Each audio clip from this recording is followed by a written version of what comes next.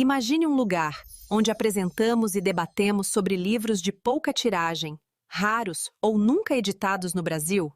Então vamos lá, seja bem-vindo ao podcast criado por Wendell Stein, Biblioteca dos Livros Esquecidos. Olá! Hoje a gente vai fundo em uma das obras mais provocadoras da ficção científica, O Fim da Infância, do mestre Arthur C. Clarke. É uma história que começa de um jeito bem inesperado, com uma invasão pacífica e termina, olha, questionando o que significa ser humano. O romance já abre com essa frase, que é quase um aviso e ela dá o tom de tudo que vem pela frente. É basicamente a história da ambição humana, da nossa vontade de ir sempre além, batendo de frente com o limite cósmico, uma força que a gente nem consegue começar a entender. Então vamos lá, imagina o cenário. A gente tá no auge da Guerra Fria, aquela corrida maluca para ver quem conquistava o espaço primeiro, sabe? Só que essa competição toda é interrompida. E não é de qualquer jeito, não. É de forma total e definitiva. De um dia para o outro, tudo para. Naves gigantescas, imponentes e completamente silenciosas simplesmente aparecem e ficam paradas sobre as maiores cidades do mundo. E aí começa uma nova era. Os alienígenas, que se apresentam como os senhores supremos, tomam o controle. Mas olha que curioso, sem violência. A missão deles, dizem, é guiar a humanidade e, principalmente, impor um mistério que vai durar 50 anos. Ninguém vai ver a aparência deles. E quem são esses caras, os senhores supremos? Para nós, aqui na Terra, eles são governantes invisíveis. O poder deles é absoluto, não tem discussão. Só que as ações deles são boas. Boas demais. Eles acabam com a guerra, com a fome, com as doenças. Unificam o planeta inteiro numa paz forçada. Basicamente, eles constroem uma era de ouro para a humanidade. E a estratégia deles é muito inteligente. Eles não ficam se metendo no dia a dia. Pelo contrário, eles governam lá de cima, das sombras, usando um único homem, o Rick Stormgren, como porta-voz oficial. É por meio dele que o mundo todo recebe as ordens que vão moldando essa nova sociedade. E o mistério de quem realmente está no comando só aumenta. Bom, décadas se passam, a humanidade se acostuma, né? Se acostuma com essa vida perfeita. Só que toda utopia tem um preço. E a gente estava prestes a descobrir qual era o custo dessa nossa perfeição. E a troca foi profunda. Em troca de segurança total, de conforto absoluto, a humanidade abriu mão de algo essencial. Aquela faísca, sabe? A luta que impulsionava a arte, a ciência, a vontade de explorar, simplesmente sumiu. A falta de desafios criou um mundo seguro, sim, mas perigosamente parado no tempo. E aí que está o ponto principal. Sem conflito, sem necessidade, sem ter pelo que lutar, o que sobra? A criatividade seca, a cultura para de evoluir, a humanidade finalmente livre de todos os seus problemas antigos encontra um inimigo novo, que ninguém esperava, o tédio de uma vida sem propósito.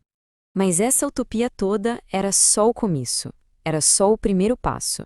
A verdadeira razão da chegada dos senhores supremos era algo muito, mas muito mais profundo. E, sinceramente, bem mais chocante. E então, o dia prometido chega. Depois de meio século de teorias e especulações, a humanidade finalmente a vê o rosto dos seus governantes. A pergunta na cabeça de todo mundo não era só como eles são, mas sim, por que tanto segredo? E a resposta? A resposta estava ligada aos nossos medos mais antigos. A revelação é um soco no estômago. Os senhores supremos têm a aparência exata dos demônios do nosso folclore. Asas, chifres, rabo, tudo. Eles esperaram uma geração inteira de propósito para que a humanidade tivesse tempo de superar o choque, o medo instintivo que a imagem deles ia causar. Um medo que está gravado no nosso DNA. Só que essa aparência demoníaca é, no fundo, uma grande ironia cósmica. O motivo real deles estarem aqui não tem nada a ver com o mal. Eles não são conquistadores, eles são catalisadores. Eles vieram para supervisionar o próximo e último passo da evolução humana. E é aqui que a história vira de ponta cabeça e fica transcendental. A última geração de crianças da Terra começa a mudar. Elas desenvolvem poderes psíquicos absurdos, perdem a individualidade e começam a se fundir numa única consciência coletiva. Os senhores supremos não são mestres, eles são parteias, ajudando a humanidade a nascer de novo de uma forma cósmica. E qual o destino final dessa transformação toda? A mente suprema. Imagina uma entidade de pura energia, puro pensamento, que viaja pelo universo. Ela não conquista planetas. Ela absorve a essência das civilizações. A humanidade, ou o que sobrou dela, está sendo preparada para se tornar parte de algo infinito. E é aqui que a gente descobre a grande tragédia dos Senhores Supremos, a ironia da existência deles. Eles são uma raça que chegou num beco sem saída evolutivo. Eles podem guiar outras espécies para essa transcendência, para essa união com a mente suprema, mas eles mesmos nunca poderão dar esse passo. São eternos guardiões no portão da divindade. Com o destino da humanidade já traçado, a história se foca na jornada do último ser humano e no clímax espetacular que vai encerrar a história do planeta Terra. Mas sempre tem aquele espírito curioso, né? Aquele que não aceita as coisas como são. Esse é Jean Rodrigues. Ele faz o que ninguém mais ousou. Se esconde numa nave e viaja para o sistema estelar dos Senhores Supremos. Uma viagem movida pela pura determinação. Só que a física tem suas regras. Para o Jean, na nave, a viagem durou só alguns meses, mas aqui na Terra, o tempo se esticou de uma forma brutal. 80 anos. 80 anos se passaram enquanto ele estava fora. Uma vida inteira. O retorno de Jean é para um mundo silencioso. Um planeta vazio. A última geração de adultos humanos já tinha nascido, vivido e morrido. Ele é, literalmente, o último homem. Uma testemunha solitária do ato final da sua espécie. A Terra agora pertence só às crianças, que já não são mais humanas, e aos Senhores Supremos que as observam. E Jean fica para testemunhar o fim e contar ao universo o que ele está vendo. A transmissão final dele é um relato de arrepiar, que é ao mesmo tempo apocalíptico e sublime. Ele narra, ao vivo, a desintegração de um planeta enquanto seus descendentes se transformam em pura energia. A transformação está completa. As crianças, agora uma única entidade de consciência, deixam o berço para trás. E para alimentar essa jornada para as estrelas, elas consomem a própria matéria do planeta Terra. A humanidade não apenas deixa o mundo, ela o leva consigo. E no final de tudo, a gente fica com aquela pergunta que ecoa desde o começo do livro. A perda da nossa identidade, da nossa arte, da nossa luta, do nosso próprio planeta, foi um preço justo a se pagar pela imortalidade por se tornar parte de uma consciência cósmica? Foi o fim da nossa infância ou foi simplesmente o nosso fim?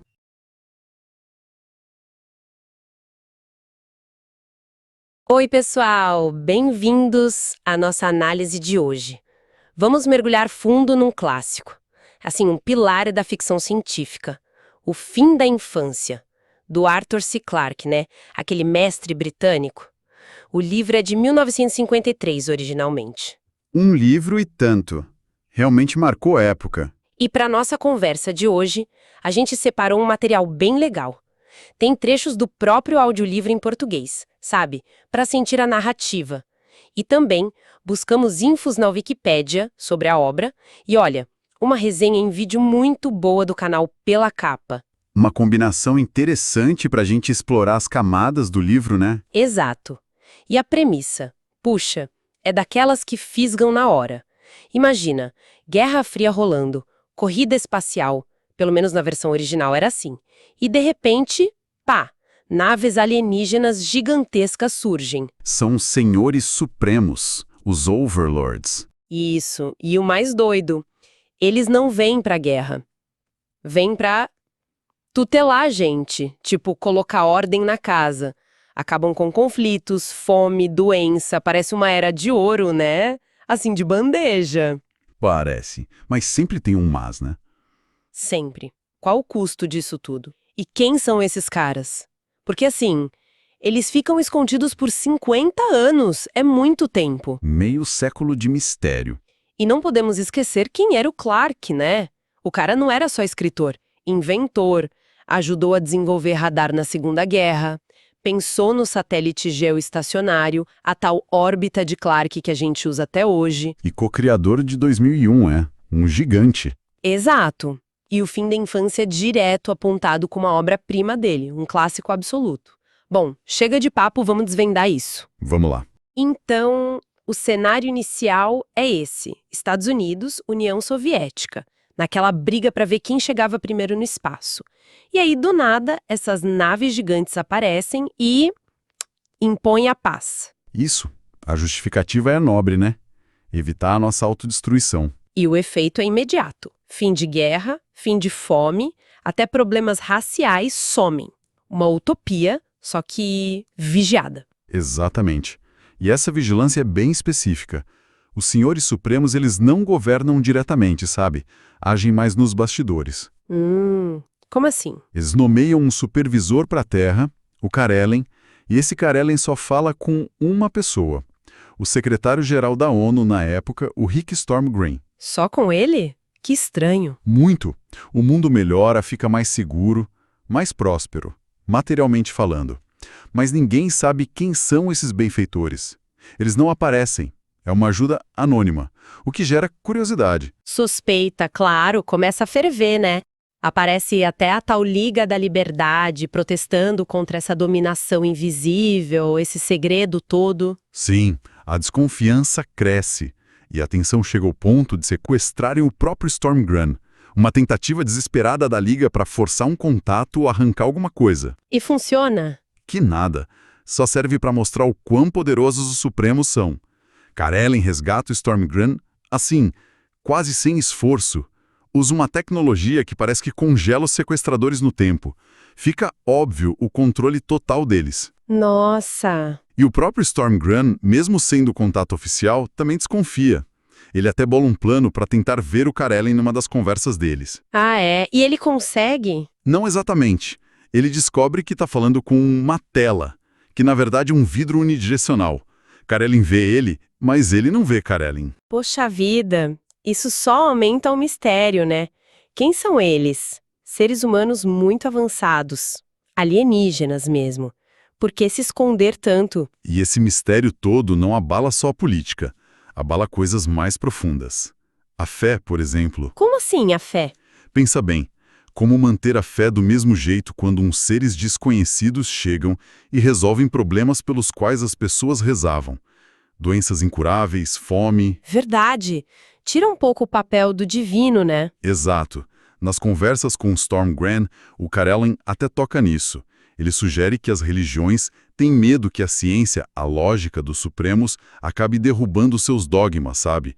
Ou que revelem verdades inconvenientes sobre figuras sagradas, milagres. Tipo, a gente sabe o que aconteceu de verdade com Moisés. Uau, que provocação! Uma crise de fé global, então. Basicamente. E aí, depois de 50 anos nesse suspense todo, vem a revelação. E aqui, cara, o Clark dá um nó na nossa cabeça. Os senhores supremos, eles se parecem exatamente com a imagem que a gente tem de demônios. No Ocidente, pelo menos. Chocante, né? Asas de couro, chifres, rabo pontudo, até cascos nos pés. É um choque brutal. Mas, pensando bem, foi genial da parte do Clark. Essa espera toda... Sim, a estratégia foi essa. Esperar uma geração inteira se acostumar com a presença deles, mesmo sem vê-los. Isso amorteceu o pânico. Se eles tivessem aparecido no primeiro dia, nossa, seria o caos. Com certeza. Aí, com a aparência revelada, eles meio que consolidam o domínio, né? E a humanidade entra de vez no que o livro chama de Era Dourada. Isso. Paz mundial, prosperidade, segurança total. O crime praticamente some. Viajar o mundo fica fácil, todo mundo falando inglês. Parece perfeito. Parece. Mas aí vem aquele porém, que a resenha lá do Pela Capa aponta muito bem. Qual é o preço dessa utopia toda? Olha, o preço parece ser alto. Parece ser a nossa essência, ou pelo menos o que a gente valoriza nela. A resenha fala numa perda de livre-arbítrio, sabe? Um certo vazio de propósito. Como assim? A arte entra em crise, estagna. A ciência para de buscar o novo, porque, bom, não tem mais grandes desafios, aparentemente. As pessoas ficam mais passivas, só consumindo entretenimento. A resenha usa uma expressão ótima: esponjas passivas. Esponjas passivas. Forte isso. E o próprio Karelen parece meio cínico quanto a isso. Ele diz algo como: problemas políticos se resolvem com a aplicação correta do poder. Sugere um controle que, mesmo parecendo bom por fora, pode ser desanimador por dentro. Então, É tipo, a gente trocou nossa ambição, nossa curiosidade, nossa arte por segurança. Uma gaiola dourada, bonita, confortável, mas ainda uma gaiola. Essa é a grande questão que o livro levanta nesse ponto. E nesse cenário de calmaria, até meio entediante, talvez, os Supremos mostram um interesse bem curioso Qual? pelo paranormal, pelo oculto. Sério? Eles tão racionais, tecnológicos? Pois é, o Reshaverak, um dos Supremos, passa um tempão estudando a biblioteca gigantesca de ocultismo de um cara chamado Rupert Boyce. E aí? E aí tem aquela cena clássica na festa na casa do Boyce. Eles estão usando uma tábua Ouija, Aquela de falar com espíritos? essa mesmo. E o John Rodrigues, que é astrofísico e cunhado do Boyce, resolve perguntar o que todo mundo queria saber. De onde vocês vêm? E a tábua respondeu. Respondeu. Não com palavras, mas com um número. NSG 54916672. Um número. Que número é esse? Pro Jen, que é astrofísico, aquilo fez sentido. É um número de catálogo estelar. Ele vai verificar depois e bate certinho com a direção de onde vêm as naves de abastecimento dos Supremos. Caramba, que descoberta! Exato. E isso acende de novo nele aquela chama da curiosidade científica, sabe? Aquela que a Era Dourada parecia ter apagado. Ele decide, eu preciso ir até lá. Uau! E ele vai. Ele vai tentar? Mas essa curiosidade dele se torna ainda mais importante, porque logo depois disso, a história dá uma guinada. Assim, cósmica. E bem perturbadora para muita gente. E lá vem. O que acontece? As crianças humanas começam a mudar. Mudar como? Primeiro os filhos de um casal, os Gregson. Depois outras crianças. Elas começam a desenvolver poderes psíquicos, assim, imensos. Telecinésia, telepatia, ver o futuro. Poderes. Tipo super-heróis. É mais. Estranho que isso. Elas param de brincar do jeito normal, ficam olhando para o nada e começam a se conectar mentalmente umas com as outras. Como assim? Formam tipo uma mente coletiva, uma consciência única que vai crescendo e se afastando cada vez mais dos pais, da gente, da humanidade como a gente conhece. É assustador e fascinante. Nossa Senhora. Que coisa! E é nesse ponto que o Karelen finalmente abre o jogo. Revela a verdade toda. O propósito dos Senhores Supremos nunca foi governar a Terra para sempre. Eles são só intermediários Intermediários. Pra quê? para algo muito maior. Eles servem a uma entidade, nossa, quase inimaginável. A mente suprema. A Overmind. Mente Suprema. O que é isso? É uma consciência cósmica gigantesca. E a função dos Supremos é preparar espécies inteligentes como a nossa para dar o próximo passo na evolução. Se fundir com essa mente suprema. Eles são tipo parteiras cósmicas. Espera aí. Se fundir. Quer dizer que a humanidade, nós, indivíduos, com nossas memórias, sentimentos, a gente acaba... Para virar parte de algo coletivo. É exatamente essa a implicação. A humanidade individual, como a conhecemos, está chegando ao fim. Meu Deus. Então, os Supremos vieram para isso, para facilitar a nossa extinção como indivíduos. Do ponto de vista deles, é uma evolução. Uma transcendência. Mas sim, para o indivíduo, é o fim. As crianças que se transformam são levadas para um lugar isolado para continuar o processo. Nenhuma criança humana normal nasce mais. E os adultos, os pais? Os adultos que sobram, bom, eles envelhecem. Perdem o sentido da vida vendo os filhos se tornarem algo que eles não entendem mais. Muitos acabam tirando a própria vida. É o fim literal da infância e da humanidade individual. Que pesado, muito pesado. Demais. E enquanto esse drama todo acontece na Terra, o Jean Rodrigues, lembra dele? O astrofísico curioso. Lembro. Ele queria ir para o planeta dos Supremos. Ele consegue. Coloca o plano maluco dele em ação e embarca clandestinamente numa nave deles. Como ele fez isso? É genial e meio bizarro. Ele se esconde dentro de uma réplica perfeita, em tamanho natural, de uma baleia cachalote empalhada, que ia ser levada como espécime biológico para o mundo deles. Não acredito! Dentro de uma baleia! Pois é, uma viagem de 40 anos-luz só de ida. Chegando lá no tal sistema NGS 549-16672, ele não acha um planeta super desenvolvido. É mais um lugar meio desolado, usado como base. A civilização mesmo parece ficar num satélite artificial gigante. E o que ele vê lá? Ele descobre mais sobre os Supremos? Ele tem os vislumbres, sim. Vê um pouco da cultura, da ciência deles, que é incompreensível pra gente. Visita até um museu com espécies de toda a galáxia. Mas a maior descoberta dele é outra. É a grande ironia, a tragédia silenciosa dos próprios Senhores Supremos. Tragédia? Como assim? Eles não são super poderosos? São inteligentes, vivem muito, mas estão presos, evolutivamente falando. Eles não podem dar esse salto, não podem se juntar à mente suprema. Eles não podem, mas eles ajudam os outros a fazer isso? Exato. Como o Rachavera mesmo confessa para o George Gregson, o pai de uma das crianças, eles são parteiras, mas estéreis. Eles ajudam outras espécies a transcender, mas eles mesmos estão barrados desse caminho para sempre. Nossa! Que destino melancólico para seres tão avançados. Ficar para trás, vendo os outros evoluírem. É uma das ideias mais fortes e tristes do livro, eu acho. E o Jean? Consegue voltar para a Terra? Consegue. Mas aí entra a relatividade, né? A viagem toda leva 80 anos-luz, ida e volta. Para ele, passam só alguns meses. Mas na Terra, décadas se passaram. Caramba, e o que ele encontra quando volta? Um planeta quase vazio. Os últimos Senhores Supremos estão lá, mas já de partida, só observando as crianças, que agora nem são mais crianças, são entidades de poder absurdo. E como ao final, o que ele vê? Ele vê essas consciências unificadas, puramente mentais, manipulando a realidade. Elas mudam a órbita da Lua como se fosse nada. Os Supremos avisam o Jean para ir embora que o processo final vai ser perigoso, mas ele decide ficar. É o último homem na Terra? Exato.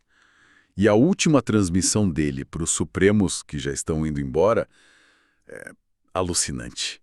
Ele descreve as crianças absorvendo toda a energia da Terra. O planeta começa a ficar transparente, hétero. Ele fala que é terrível e belo ao mesmo tempo. Até que a Terra se dissolve completamente, sua essência se junta à mente suprema no cosmos. É o fim. O fim de tudo. Uau! Que imagem, que final!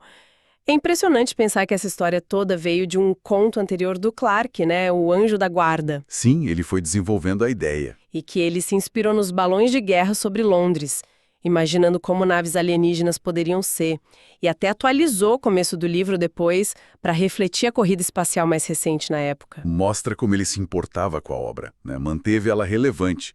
E a recepção foi, nossa, enorme. Vendeu tudo logo de cara. Consolidou o Clarke como um mestre da ficção científica mais filosófica. É sempre citado entre os melhores dele, né? Junto com 2001. Com certeza. Teve gente que criticou a estrutura, os saltos no tempo, mas as ideias são muito poderosas. E o legado cultural é gigante. Inspirou minissérie, músicas de Pink Floyd, Bowie, Genesis, até aquela capa famosa do Led Zeppelin, do House of the Holy, dizem que tem a ver com uma cena do livro. Verdade. O resenhista do Pela Capa fala que é um dos melhores livros que já li na vida.